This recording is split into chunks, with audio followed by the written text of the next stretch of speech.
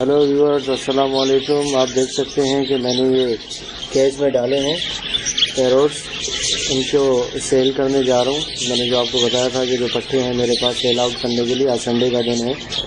जैसे आप देख सकते हैं कि इनको मैं आज जाके मार्केट में सेल करूँगा और इंशाल्लाह इनसे अच्छे रेट मिलेंगे।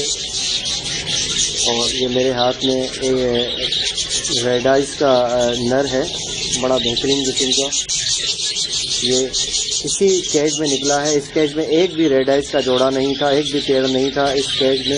ये आप देख सकते हैं, ये कॉलोनी है बड़ी, जो कि मेरी 6x6 की कॉलोनी है। इसमें एक भी रेड आइस का पेड़ नहीं है। उसके बावजूद इस कॉलोनी में से ये रेड आइस का पेड़ नर निकला है। ये बड़ा हो गया माशाल्लाह। इसको मैं अलग कर रहा हूँ, इसको अलग केज में डालूंगा।